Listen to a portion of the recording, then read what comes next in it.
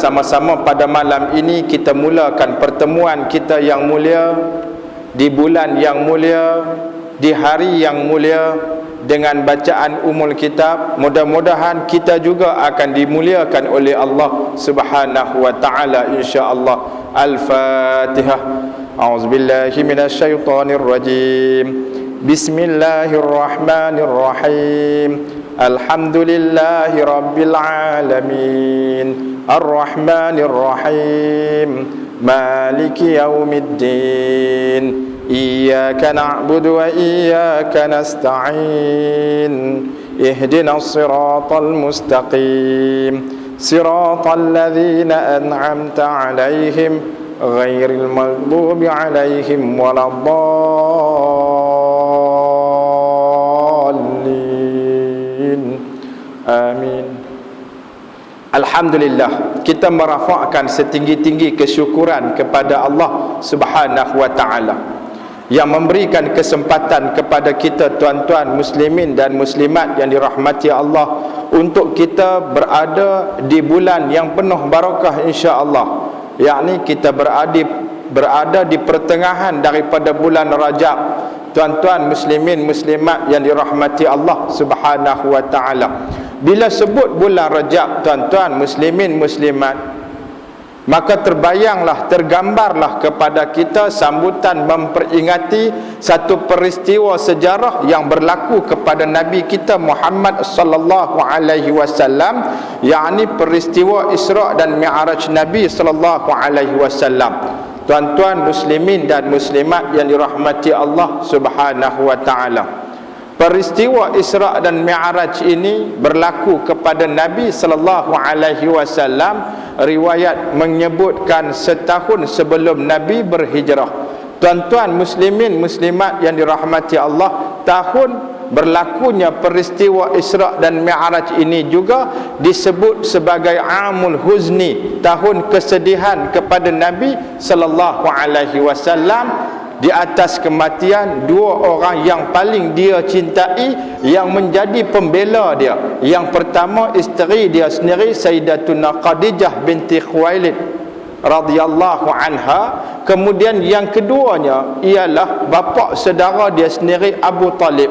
Tuan-tuan muslimin muslimat yang dirahmati Allah, malam ni bukan kita nak menghuraikan tentang peristiwa Isra dan Mi'raj, tetapi apabila sebut tentang peristiwa Isra dan Mi'raj, maka kita akan terbayang ataupun kita akan ingat tentang kefarduan ibadat solat yang Allah Subhanahu wa taala perintahkan ketika berlakunya Mi'raj Nabi sallallahu alaihi wasallam dalam peristiwa Isra dan Mi'raj ini, yang mana Nabi sallallahu alaihi wasallam menerima perintah ibadat salat ini secara langsung daripada Allah Subhanahu wa taala, tanpa perantaraan.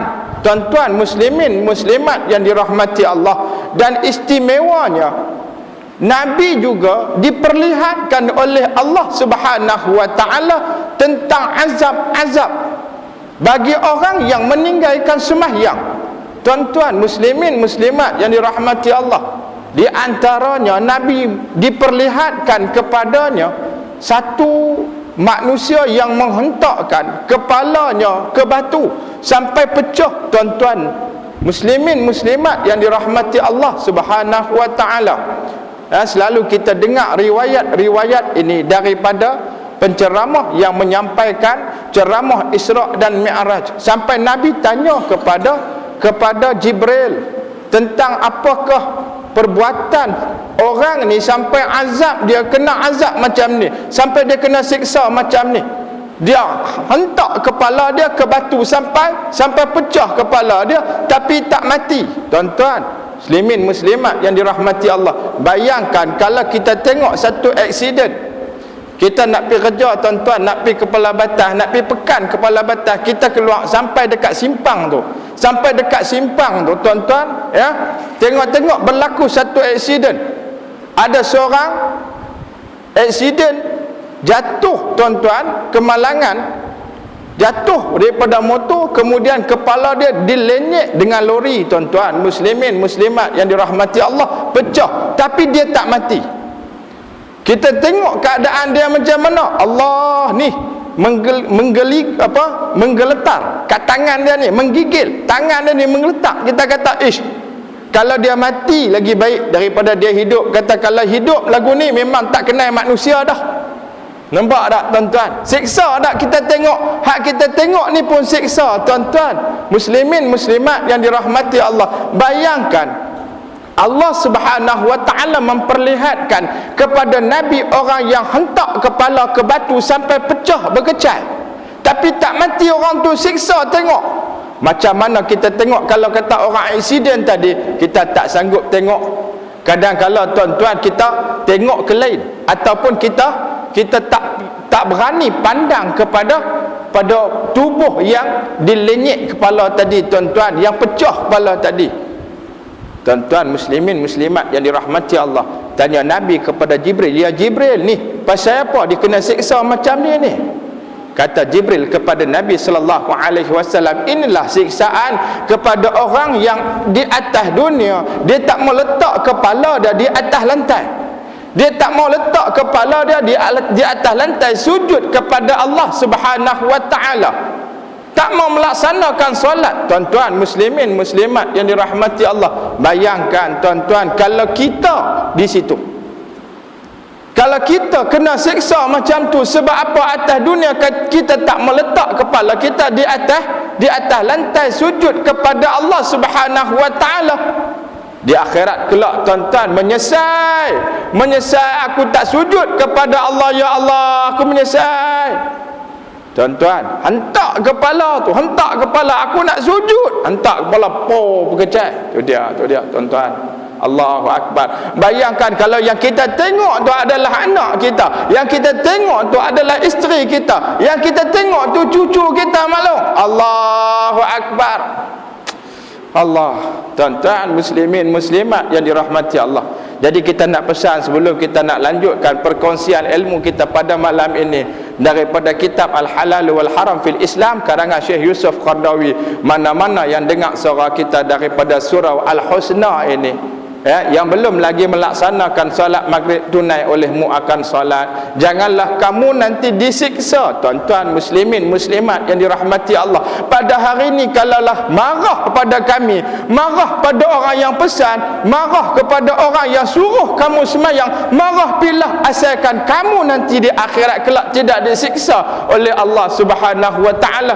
Tuan-tuan tak apa, kita rela tuan-tuan dimarah. Bila kita sampai tang mana, kita sampaikan kuliah, kita pesan suruh semayang, biar dia semayang tuan-tuan, tapi dia marah kat kita. Apalah ustaz tu mai awak macam kami tak tahu, kata masa ni kena semayang, biar pergi marah. Tak apa tuan-tuan muslimin muslimat yang dirahmati Allah Subhanahu wa ta'ala, asal esok hampa di akhirat hampa tidak disiksa. Tuan-tuan muslimin muslimat yang dirahmati Allah Subhanahu wa ta'ala, alhamdulillah kepada yang telah melaksanakan ibadat salat di rumah. Tuan-tuan, ada kalanya tak boleh nak mai. Kita faham anak-anak ramai kecil-kecil lagi, kadang-kadang setahun 2 orang, bulan 1 seorang, mai bulan 12 seorang lagi anak noh.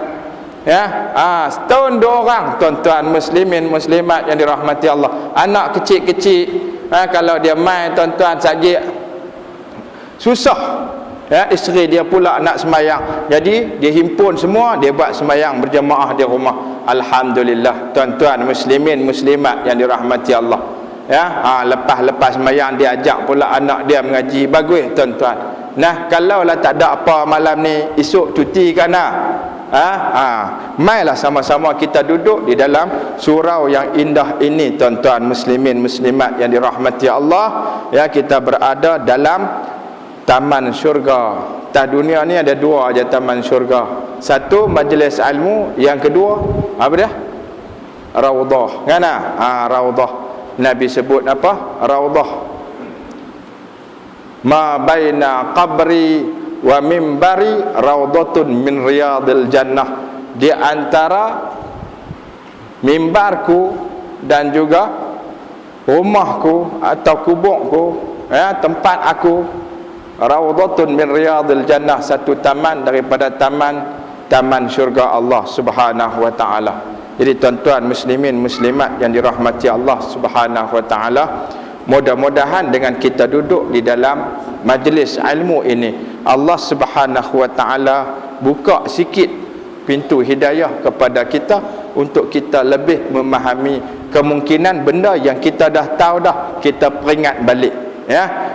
Kalau yang kita tak tahu lagi, kita ambil tahu, tu nama dia mengaji. Benda yang kita dah tahu dah, kemudian kita ambil tahu balik, tu nama dia ulang kaji. Kan? Benda yang siapa pun tak tahu, kita mula-mula, ya, belajar dia, kita mula-mula duk teroka dia, tu nama dia apa? Mengkaji. Jadi kita malam ni tuan-tuan, mudah-mudahan menjadi daripada kalangan orang yang mengaji ataupun mengulang kaji. Wallahu a'lam. Tu muqaddimah kita tuan-tuan muslimin muslimat yang dirahmati Allah Subhanahu wa taala. Kita tengok muka surat 79. Dalam bab apa? Memanfaatkan kulit, bangkai, tulang dan bulu binatang. Memanfaatkan kulit, bangkai. Memanfaatkan kulit, bangkai. Bukan memanfaatkan bangkai, tapi memanfaatkan kulit kepada bangkai, ataupun tulangnya, ataupun bulunya.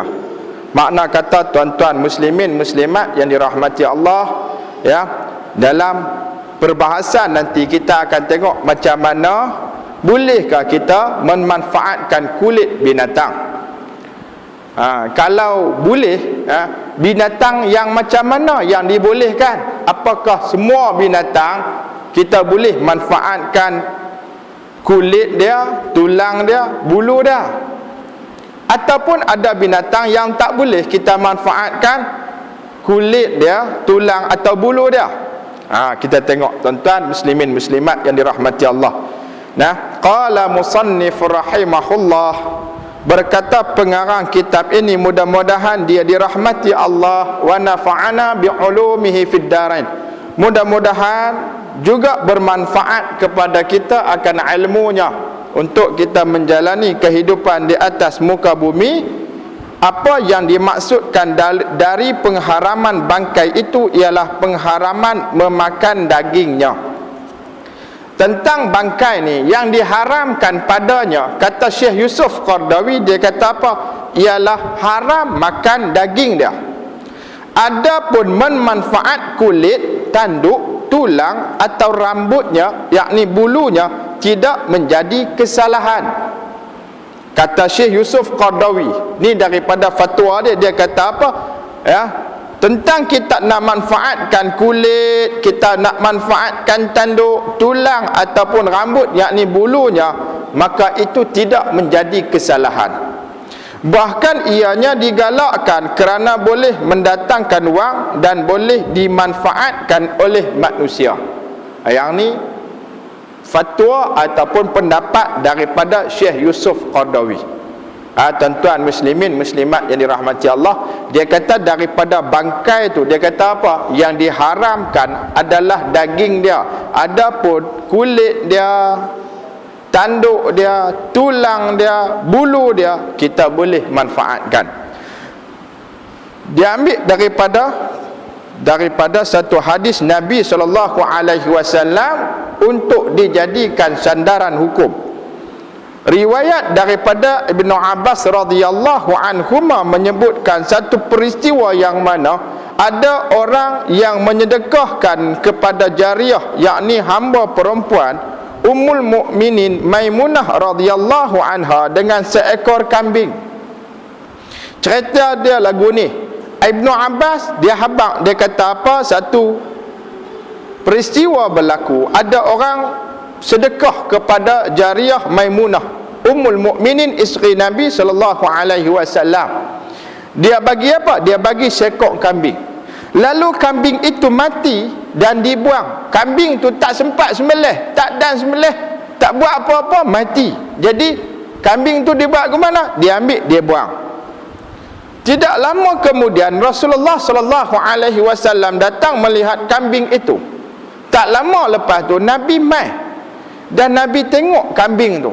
Kemudian seraya berkata, Nabi kata, apa Nabi kata? Nabi kata, halla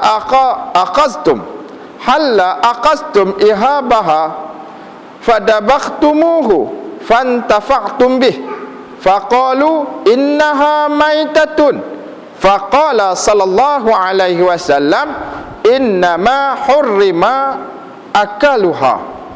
Maksudnya apa? Halla aqastum ihabaha fadabakhtumuhu fantafa'tum bih. Mengapa kamu tidak mengambil kulitnya? Pasal apa Nabi kata hampa tak ambil kulit kambing ni? Kemudian kamu menyamakkannya serta dapat memanfaatkannya. Pasal apa? Hampa tak ambil kambing ni. Ya, pasal apa? Pi buang habis. Ya. Ambil, dia kata apa? Ambillah kulit dia, kemudian hampa samak dan hampa boleh guna, manfaatkan dia. Faqalu, maka mereka berkata, apa mereka kata? Innaha maitatun. Lah, binatang ni kan, kambing ni mati, mayat, bangkai. Dia bukan kena sembelih, dia jadi bangkai. Faqala, maka sabda Nabi sallallahu alaihi wasallam, innama hurrima akaluha. Nabi kata apa? Sesungguhnya yang diharam itu ialah memakan dagingnya sahaja. Nampak tak tuan-tuan muslimin muslimat yang dirahmati Allah Subhanahu wa taala? Hadis ni riwayat Malik, Abu Daud, An-Nasa'i, Ibnu Hibban, Daraqutni, Ibnu As-Sakan, dan beliau mensahihkannya, dan Al-Hakim. Rasulullah sallallahu alaihi wasallam, kata Syekh Yusuf Qardawi, telah menunjukkan cara bagaimana hendak membersihkan kulit bangkai itu, iaitu dengan menyamaknya. Ya, baginda sallallahu alaihi wasallam bersabda, dibarul adimi zakatuhu. Maksudnya menyamak kulit binatang itu samalah dengan menyembelihnya. Hadis riwayat Abu Daud dan An-Nasa'i. Menyamak kulit binatang itu dari segi pembersihannya adalah sama ada dengan menyembelihnya untuk menghalalkan binatang itu untuk dimakan dan sebagainya. Dan dalam riwayat yang lain berbunyi, dibaruhu yazhabu biqabathihi. Maksudnya menyamak kulit bangkai itu dapat menghilangkan kotorannya. Hadis riwayat Al-Hakim, iaitu menjadikannya bersih dan suci. Di dalam Sahih Muslim dan di tempat lain juga dinyatakan sabda Nabi sallallahu alaihi wasallam yang lain, ayyuma ihabin dubikha faqad tahura. Maksudnya ayyuma, apa saja, ihabin, apa saja kulit kalau sudah disamak, dubikha, disamak, faqad tahura, maka sungguh dia sudah menjadi suci. Hadis riwayat Imam Muslim. Tuan-tuan muslimin muslimat yang dirahmati Allah Subhanahu wa taala, yang ni cara macam mana kita nak memanfaatkan kulit daripada binatang. Nah, yang ni dengan cara kita tak boleh makan daging dia. Sebab apa? Dia bangkai. Kalau binatang tu binatang yang halal dimakan. Contohnya kambing mati, kena tindih dengan kereta, kena tindih dengan lori, mati tuan-tuan. Nah, kemudian kita nak makan boleh ke? Tak boleh, sebab tak sembelih. Dia mati bukan kerana sembelih, dia mati kerana aksiden ataupun kerana kena langgak, kena lenyek, kena tindih. Habis kulit dia kita boleh guna tak? Kita boleh guna kulit dia dengan cara kita samak. Yang dikatakan samak tu apa? Yang dikatakan samak itu ialah menghilangkan kotoran yang lekat pada kulit itu, yakni kita buang segala daging yang lekat dekat kulit tu, segala lemak yang lekat pada kulit tu, dan segala lendir-lendirnya yang lekat pada kulit tu, sehingga menjadikan kulit itu bersih daripada segala kotoran. Sebab apa? Sebab daging tadi bila dia busuk dia jadi najis. Darah yang lekat pada kulit tadi jadi najis. Lemak-lemak dia akan berbau jadi najis. Lendir-lendir dia juga akan berbau jadi najis. Bila kita suci, kita buang semua, kulit tu jadi suci, tak jadi najis dah. Kita boleh manfaatkan. Tuan-tuan muslimin muslimat yang dirahmati Allah Subhanahu wa taala. Kita nak guna alat apa? Kita boleh guna alat apa saja yang boleh menghilangkan lendir-lendir tadi. Apakah ada syarat orang Islam yang buat? Kalau orang bukan Islam yang buat, dia tak jadi suci. Tak ada syarat orang yang buat tu. Dia tak sama macam sembelih. Kalau sembelih, syarat penyembelih tu, syarat dia mesti orang Islam atau ahli kitab. Kalau bukan orang Islam atau ahli kitab, maka sembelihan dia tidak sah. Kita tak boleh makan. Tapi kalau dalam hal sama, contohnya tuan-tuan, kulit kambing yang disamak oleh siapa? Oleh Maniam kata, kan? Acung. Bukan Islam, non muslim. Nak sebut kapiak tu sekali orang dengar kata kasar sangat kan. Non muslim atau bukan Islam, orang bukan Islam. Depa ambil kulit tu, kemudian depa cuci, buang segala lendiak dia. Ada yang menggunakan peluntur, ada yang menggunakan bahan-bahan kimia untuk mengeluarkan segala daging dan menanggalkan lendir segala darah dia. Untuk apa? Untuk dia sucikan kulit tadi. Maka kulit tadi jadi suci. Baik tuan-tuan muslimin muslimat yang dirahmati Allah Subhanahu wa taala. Baik, macam mana kulit tadi kita bagi tahu tentang kulit binatang yang halal dimakan. Apa dia? Kulit tadi kisah daripada Maula, pembantu kepada Maimunah radhiyallahu anha, yang orang bagi kambing kat dia. Riwayat Ibnu Abbas tadi, kambing tu mati. Kambing ni adalah binatang yang halal dimakan. Kalau kata binatang yang tidak halal dimakan, tu bahasa agak kekampungan sikit, boleh faham no? Kalaulah binatang yang tidak halal dimakan, kan, how? Tu macam mana? Kan? Kita ambil contoh binatang yang tidak halal dimakan. Dia bukan babi dan dia bukan anjing. Apa dia? Gajah, harimau. Kan? Tuan-tuan muslimin muslimat yang dirahmati Allah, dalam ni ada penjelasan dia. Kita baca dulu dia punya matan dia. Nanti tahqiq daripada Dr. Zulkifli Muhammad Al-Bakri nanti ada. Dia buat sebagai catatan kaki, nota kaki. Hukum umum iaitu pada apa saja kulit, meskipun kulit anjing dan babi sekalipun, adalah suci kalau disamak. Pendapat ini dikeluarkan oleh ahlu Az-Zahir, iaitu dipelopori oleh Daud Az-Zahiri. Tu dia. Hak yang ni ringan sungguh-sungguh. Dia kata kulit apa pun, dia kata kalau samak boleh suci, dia kata. Yang ni pendapat daripada golongan ahlu Zahir, ataupun Daud Az-Zahiri. Jangan pakailah. Jangan pakailah sekali balik pakai juga ni. Ni siapa kata ustaz baca dalam kitab tu, saya baca kitab pendapat Az-Zahiri, bukan pendapat saya, tuan-tuan. Itu kena ambil tahu juga. Dan disebutkan juga oleh Abu Yusuf. Siapa Abu Yusuf ini? Pendukung Abu Hanifah, serta diperkuatkan lagi oleh Asy-Syaukani. tuan-tuan muslimin muslimat yang dirahmati Allah Subhanahu wa taala. Jadi ada pendapat yang meringankan, kata apa?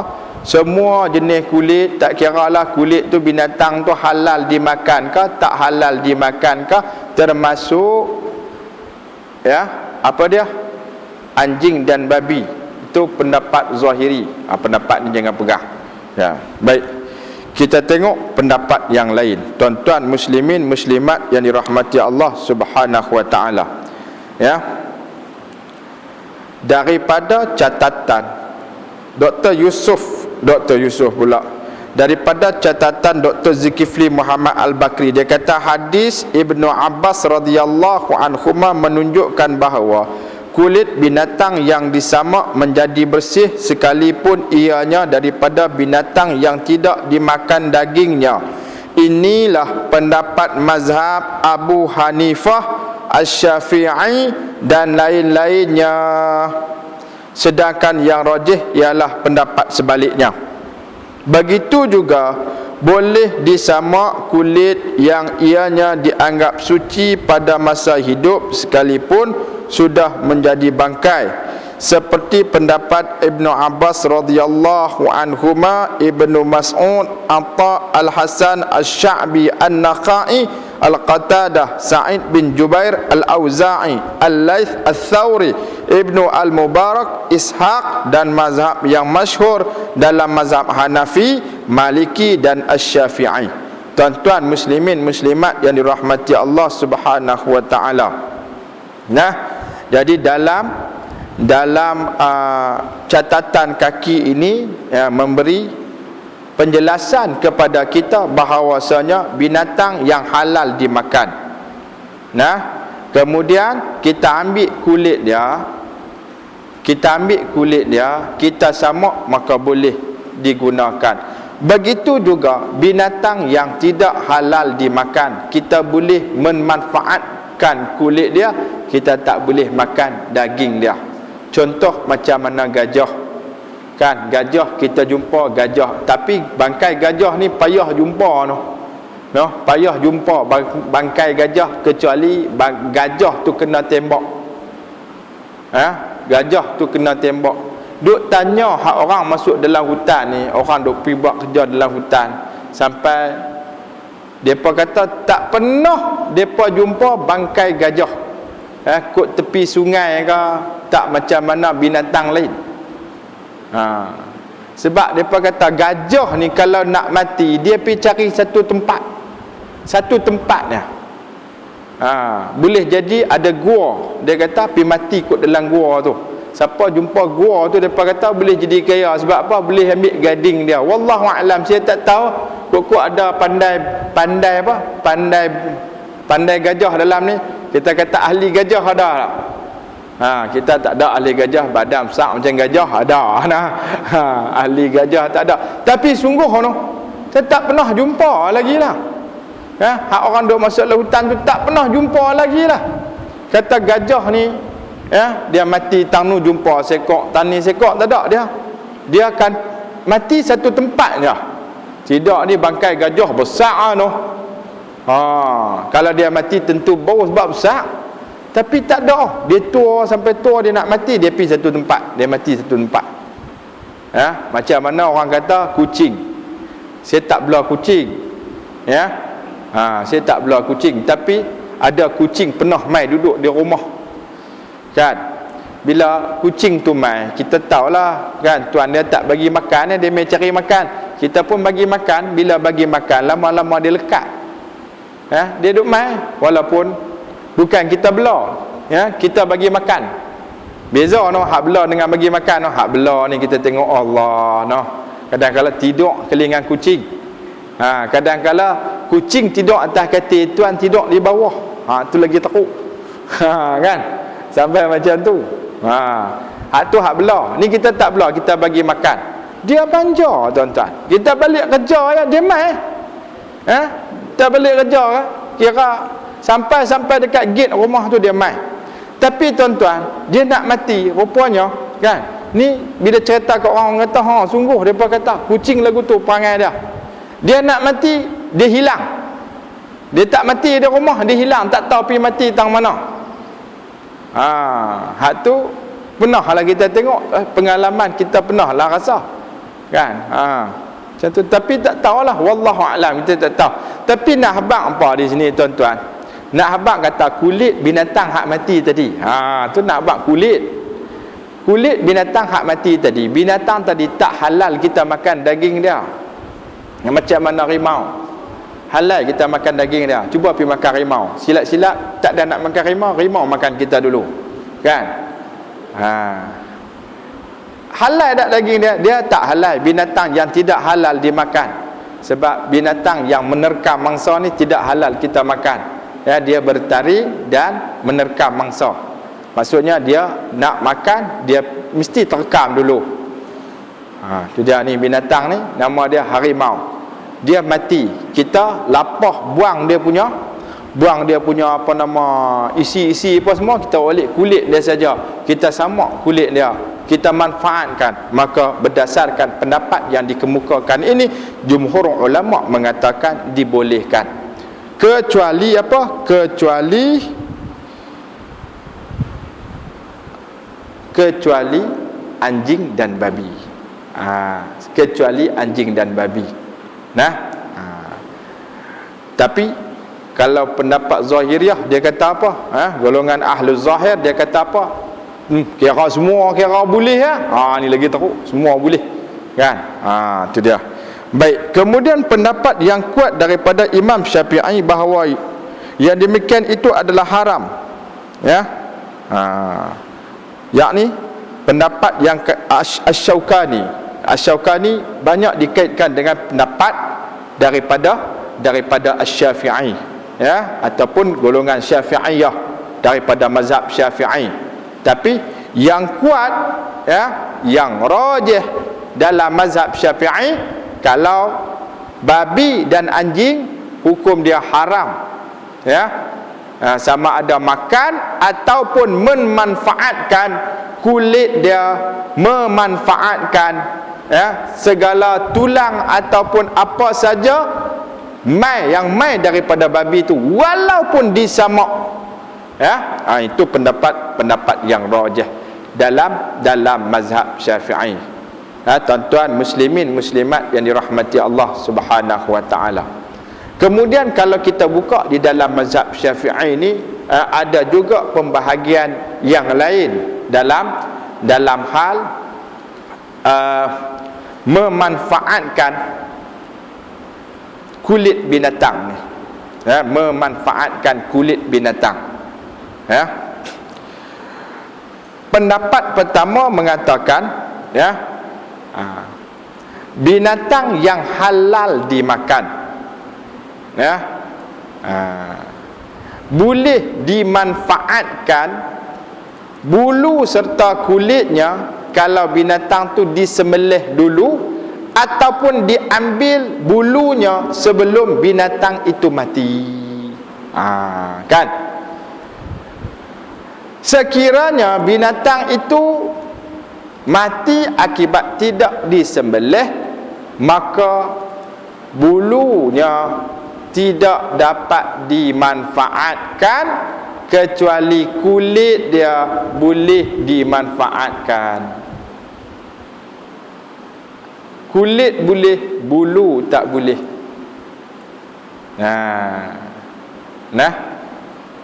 Kalau binatang tu mati, tidak disembelih, boleh faham tak? Dan kita lepas dia mati itu, barulah kita ambil bulu dia, tak boleh dimanfaatkan, tapi kulit dia boleh dimanfaatkan. Ada pendapat yang macam tu.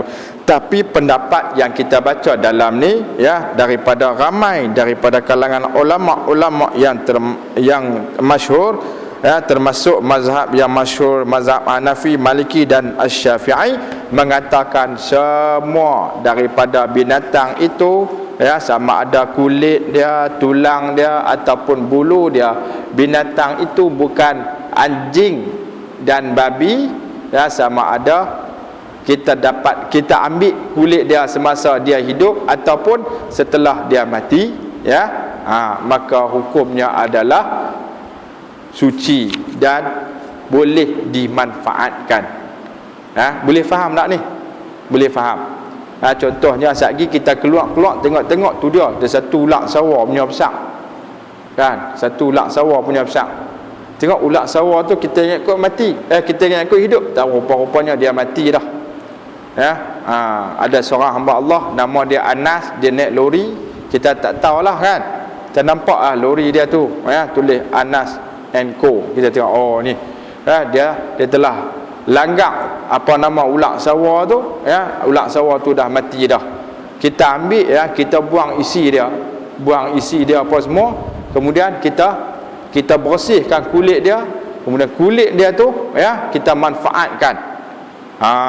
Kita manfaatkan, pakai ambil seorang sikit kulit dia besar 2 tapak tangan, balik pijit buat dompet, buat dompet kan. Maka suci, boleh kita gunakan. Boleh faham tak noh? Boleh faham noh? Baik. Kemudian ada orang tanya pula berkaitan dengan bulu yang tanggal seperti kucing. Seperti kucing, kan? Yang ni selalu dah clear dah kan, cuma kita nak ulang balik ni, kan nama dia ulang kaji. Kita bela kucing di rumah kan, takat bela kucing di rumah. Bela kucing, tahu tak macam mana hukum bulu kucing? Kita bela kucing, kita tak tahu tentang hukum bulu kucing. Hari tu pakat sentuh anjing, I want to touch a dog, kan? Kan? Sekarang ni macam mana pula tentang bulu kucing? Bela kucing dalam rumah, dia duduk dalam rumah kan. Kalau anjing kita tahu kisah anjing menjilat satu bijana air, bekas air. Nabi suruh buang air dalam bekas tu, kemudian Nabi suruh apa? Nabi suruh basuhkan bekas tadi dengan 7 kali basuhan. Salah satu basuhan menggunakan air bercampur dengan tanah. Air bercampur dengan tanah. 6 kali dengan air mutlak. Kemudian sahabat tanya macam mana kucing? Kucing dia bukan seperti anjing, sebab dia hidup bersama-sama dengan manusia kan. Abu Hurairah, nama dia sebenar Abdul Rahman, tapi orang gelak dia Abu Hurairah, bapak kucing. Dia ambil kucing kadang-kala tu, dia bawa masuk dalam lengan baju dia, kucing tu berjalan keluar ke tengkok dah kan, dia duduk main dengan kucing. Malam hari dia nak tidur, dia ahlu sufah tuan-tuan. Ahlu sufah ni orang yang tidur di beranda masjid, bukan di rumah, bukan ada bilik macam rumah kita. Rumah kita bilik ada satu bilik kucing pula. Kan. Lah ni saya pergi tengok tuan-tuan, ada hotel untuk kucing. Hotel untuk kucing pun ada hotel, nampak ingat apa? Lekeh main. Pi parti tengok harga sekok kucing tu sampai 1,500. Sama dengan mas kahwin tu. Kan? Kadang-kadang orang kan mai berkira anak dara kan, depa sebut berapa? 15,000, mas kahwin 1,500. Hak mas kahwin tu, hak yang tu hak jadi hukum. Hak lebih tu hantaran tu dia jadi adat. Dia jadi adat. Tak ada pun tak apa, hantaran tu tak ada pun tak apa. Kan? Hak 1,500 dia kata semua 15,000. 15,000 hantaran dengan mas kahwin 15,000, 1,500 mas kahwin. Ambil 1,500 pi pet shop kan, kita pi kedai binatang, hak jual binatang tu kita bawa 1,500, boleh kucing siam tu pun bakar Malaysia. Hak bakar luar negara 1,500 tak dapat. Makna kata kita tengok 2,500 mas kahwin lebih murah daripada seekor kucing. Oh tak aci lah nah. Kan? Kalau nak darah tahu lepas main kuliah tentu lah lepas kata esok mak bubuh 5,000 mas kahwin, kan? Ada ke buh 1,500. Ingat cik ni sama macam kucing ke? Kan? Tapi wanita yang baik adalah yang rendah mas kahwin dia. Abang dia juga tu, kan? Tapi orang lah dia jadi pelik, dia jadi pelik. Tuan-tuan, kita bela kucing, kita tahu tak tentang hukum dia? Baik, tuan-tuan muslimin muslimat yang dirahmati Allah Subhanahu taala, bulu kucing adalah najis. Bulu kucing yang tanggal adalah najis. Jadi kalau kita bulu tu tanggal, qaul yang asah mengatakan ianya adalah najis. Dia buat kelin begitu kat saya. Nah, saya baca ni benda yang ada dalam hukum bulu kucing ni kalau kita ambil, kita tempek di badan kita, kita usaha pergi ambil, kita tempek badan kita, kemudian kita sembahyang, tak sah sembahyang kalau kita usaha pergi tempek. Tapi kalau lah kita sembahyang, kan, kita sembahyang, kucing tu duk main kot kaki kita, maka itu dimaafkan. Tidak batal sembahyang kita, dimaafkan. Macam tu juga kalaulah kita sembahyang atas sejadah tu penuh dengan bulu kucing, tapi tak banyak lah bilangan dia. Kata penuh tu kita kata nampak bulu kucing tu, tapi bilangan jumlah dia tu sedikit. Yang kata hak tu nak tanya tu, Ustaz, hak sedikit tu banyak mana? Hak ni aku nak payah nak jawab ni, kan? Tuan-tuan muslimin muslimat yang dirahmati Allah, sedikit tu ialah tidak sampai menutupi ataupun di atas jadah tu, tak sampailah tutup tempat sujud kita, tidak menghalang orang kata anggota solat itu sampai kepada tempat sujud. Kita kata kucing ni tak banyaklah bulu dia, sikit, maka itu dimaafkan. Sembahyang kita tu sah. Sembahyang kita itu sah. Tuan-tuan muslimin muslimat yang dirahmati Allah Subhanahu wa taala. Tapi kalau banyak lah memang tempat dia, maka menurut mazhab Syafi'i, saya sebut tentang mazhab Syafi'i mengatakan tidak sah. Beza dengan mazhab Hanafi. Mazhab Hanafi dengan mazhab Maliki, maka beza. Sebab apa? Sebab bagi mereka daripada binatang yang halal dimakan, maka ianya tidak menjadi najis. Ia tidak menjadi najis. Jadi tuan-tuan muslimin muslimat yang dirahmati Allah Subhanahu wa taala, begitu termasuk juga kita memanfaatkan tulang, gigi, taring, gading daripada binatang. Qaul yang asah dalam mazhab Syafi'i mengatakan ianya adalah bangkai. Ianya adalah bangkai. Selain daripada kulit, ianya adalah bangkai. Ini qaul yang asah. Tapi menurut mazhab Hanafi dan Maliki, mai daripada binatang yang halal dimakan, kalaulah dibersihkan,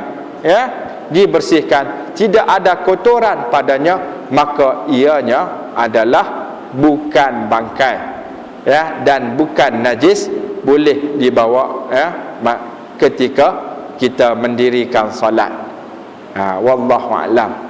Jadi tuan-tuan muslimin muslimat yang dirahmati Allah Subhanahu wa taala, kita kena ambil, orang kata perhatian sedikit. Kita ambil perhatian sedikit. Sebab apa? Kadang-kadang tuan-tuan muslimin muslimat yang dirahmati Allah, saya sebut terus tentang qaul daripada mazhab Syafi'i, mazhab Hanafi, mazhab Maliki. Jadi tuan-tuan muslimin muslimat yang dirahmati Allah boleh ambil. Sebab apa tuan-tuan? kadang-kadang dia timbul masyaqqah kat kita noh. Masyaqqah tu tahu tak datang apa? Hak tu tak tahu. Nah, masyaqqah tu adalah satu benda sulit, ya, benda yang tak dapat kita nak elak, ya, benda yang kita tak dapat nak elak lah. Jadi dia timbul satu kesulitan. Dalam kaedah fiqh disebut al-masyaqqah tajlibu taysir, ya, masyaqqah satu kesulitan. Bila berlaku satu kesulitan, maka ditarik perkara yang boleh memudahkan. Jadi tuan-tuan muslimin muslimat yang dirahmati Allah Subhanahu wa taala, bila kita mengaji kita tahu, bila kita tak mengaji kita tak tahu. Sebab tu tuan-tuan muslimin muslimat yang dirahmati Allah, kalau kita tengok Abu Hurairah bila dia nak tidur, dia ambil kucing tadi, nah, dia letak kat mana? Kan dia letak dalam sentung kain dia. Sentung kain tahu tak? Bukan dia letak dalam kain dia tak. Bukan dia letak dalam jubah dia tak. Dia letak atas pokok. Dia letak atas pokok. Esok dia ambil balik. Tapi lah ni memang ada sangkak dia kan lah. Ada sangkak dia, ada pasiak untuk dia berak. Pasiak saja harga beratus, 100 lebih kan. Anak nak makan sedap sikit, tengok berapa, RM15 hantar tak, RM15 tu. Hak kucing duk berak 100 lebih, dia tak fikir. Tuan-tuan muslimin muslimat yang dirahmati Allah Subhanahu wa taala. Jadi tuan-tuan muslimin muslimat, ya, mudah-mudahan kita bila kita dapat sedikit pencerahan ni tuan-tuan, janganlah kita sampai setakat ni kita cari lagi pencerahan berkaitan dengan apa? Berkaitan dengan perkara yang ada di sekeliling kita, benda-benda yang ada di sekeliling kita. Sama ada berkaitan dengan ibadah ataupun yang berkaitan dengan taharah ataupun berkaitan dengan kehidupan kita sehari-hari. Untuk apa? Mudah-mudahan kita dapat hidup mengikut syariat yang Allah Subhanahu wa taala tentukan, insya-Allah. Jadi kita akan tengok berkaitan dengan darurah, darurah pada kuliah kita yang akan datang, ya. Darurah macam mana yang dikatakan sampai tingkat yang boleh dikategorikan sebagai darurah, ya. Kita boleh menggunakan perkara-perkara yang asal dia tak boleh, kemudian dijadikan dibolehkan disebabkan ada sebab-sebab tertentu. Wallahu a'lam bissawab. Kita berhenti tentu dulu insya-Allah tuan-tuan muslimin muslimat yang dirahmati Allah Subhanahu wa taala. Ya, sebelum kita tutup, kau ada soalan? Ya.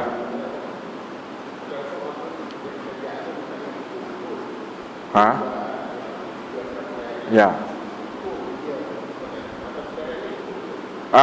Itu dia. Umpun-umpun. Dia pergi cari umpun-umpun, tujuan dia nak buat apa? Dia nak buat umpan, bukan nak makan, buat tempeyek ke apa? Tempeyek umpun-umpun. Kan? Tak ada kan? Dia cari umpun-umpun, tujuan dia untuk apa? Tujuan dia untuk buat umpan mengai. Dia jual dia tu untuk apa? Untuk umpan mengai. Baik, tuan-tuan muslimin muslimat yang dirahmati Allah. Suka saya kaitkan dengan hari tu kes cacing. Orang jual beli cacing dan cacing tu digunakan untuk buat baja. Maka JAKIM telah mengeluarkan fatwa berkaitan dengan jual beli cacing tadi. Okey, saya simpulkan macam ni. Jual beli cacing tadi tujuannya adalah untuk cacing tu dijadikan alat untuk buat baja, maka hukumnya harus. Sama juga umpun-umpun, kita pergi cari umpun-umpun, kita jual umpun-umpun, tujuan orang beli umpun-umpun tu untuk buat umpan mengai, maka hukum dia harus. Yang haram macam mana? Cacing itu dijadikan tempeyek ataupun kerepek kemudian dijual kerepek cacing atau tempeyek cacing, hukumnya haram. Macam tu juga kalaulah umpun-umpun tadi kita celup tepung, kita buat goreng, kita jual tujuan untuk makan, maka hukumnya adalah haram. Wallahu a'lam. Boleh faham no? Ya, ada lagi.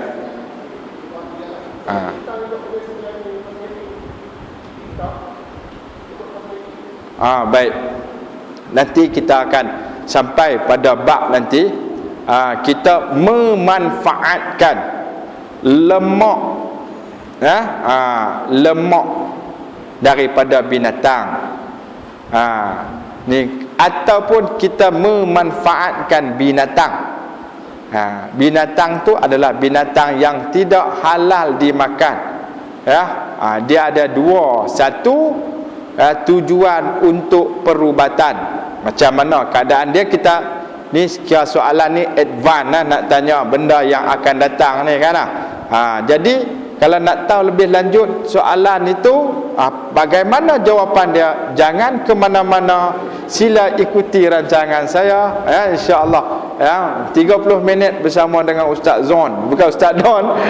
Tuan-tuan muslimin muslimat yang dirahmati Allah Subhanahu Wa Taala, insya-Allah kita akan kupas dan ulas pada pertemuan kita yang akan datang, macam mana yang kata daruri untuk tujuan perubatan. Dia ada juga vaksin daripada babi yang digunakan untuk mencairkan darah kan. Hari itu ada isu yang dibahaskan, ada dia ambil enzim ke apa benda daripada babi itu, dijadikan sebagai ubat untuk mencairkan darah yang ada daripada spesies tu saja, binatang yang handsome tu saja, binatang lain tak ada. Jadi macam mana hukum dia, insya-Allah tuan-tuan muslimin muslimat yang dirahmati Allah, pada pertemuan kita yang akan datang kita akan ulas perkara tu dengan lebih detail, insya-Allah. Minggu ni kita tak mau ni lagi. Lagi minggu depan nak kata apa pula? Wallahu a'lam. Ya.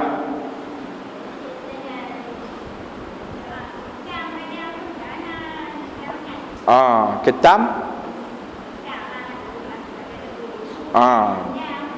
Ya. Ketam ni bulan lepas kita dah hurai dah tentang binatang laut, binatang yang hidup dalam air. Bulan lepas kita dah hurai dah tentang binatang yang hidup dalam air. Binatang yang hidup dalam air. Jadi ada di kalangan ulama yang menghukum makruh, ada ulama yang mengharuskan. Jadi saya ambil daripada fatwa Jakim, kalau tak salah saya pada pertemuan lepas, daripada fatwa Jakim tentang belangkas. Saya kait dengan belangkah lah, dengan belangkah. Sebab belangkah ni dia akan naik ke darat berteluk kan. Jadi ada sebahagian mengatakan belangkah ni hidup dua alam. Tetapi dalam fatwa Jakim yang telah dikeluarkan oleh Jakim mengatakan harus kita makan belangkah sebab dia bukan hidup dua alam. Macam tu juga hukum ketam, sebab dia bukan hidup dua alam. Menurut mazhab Syafi'i, saya ulang sekali lagi, semua binatang yang hidup dalam laut itu halal dimakan. Halal dimakan. Kemudian yang keduanya, tengok persamaan binatang laut dengan binatang darat. Kalau binatang darat itu halal dimakan, maka yang disamakan dalam laut itu halal dimakan. Kita ambil contoh macam kuda laut dengan kuda di darat, sebab rupa bentuk dia sama, maka dihalalkan. Anjing laut dengan anjing yang atas darat, anjing nama pun anjing, maka hak dalam laut pun hukum dia sebagian ulama Syafi'i mengatakan haram. Bagi ketam diharuskan, ya, dibolehkan. Wallahu a'lam. Ya. Jadi tuan-tuan muslimin muslimat yang dirahmati Allah, ya. Kita berhenti dulu kat sini insya-Allah. Tuan-tuan kita tangguh dan kita akan bahaskan pada pertemuan kita pada bulan hadapan dalam bab ini. Tuan-tuan muslimin muslimat yang dirahmati Allah Subhanahu taala, menampak semakin rancak jadi tuan-tuan muslimin muslimat yang dirahmati Allah, kalaulah ada salah silap di pihak saya mohon maaf.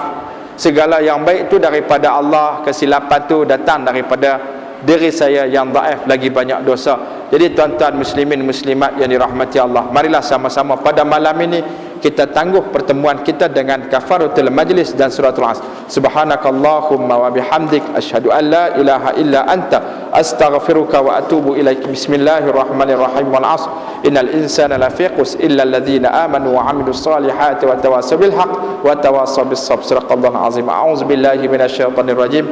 Bismillahirrahmanirrahim. Allahumma ij'al jama'na hadza jam'an marhuma wa tafarraqana min ba'dihi tafarruqan ma'suma. Rabbana 'alaika tawakkalna wa ilaika anabna wa ilaikal masir. Rabbana atina fid dunya hasanah wa fil akhirati hasanah wa qina 'adzaban nar. Wa sallallahu ala sayyidina Muhammad wa ala alihi wa sahbihi ajma'in. Subhana rabbika rabbil 'izzati 'amma yasifun wa salamun 'alal mursalin walhamdulillahi rabbil alamin. Wa barakallahu fikum. Wabillahi taufiq wal hidayah. Assalamualaikum warahmatullahi wabarakatuh.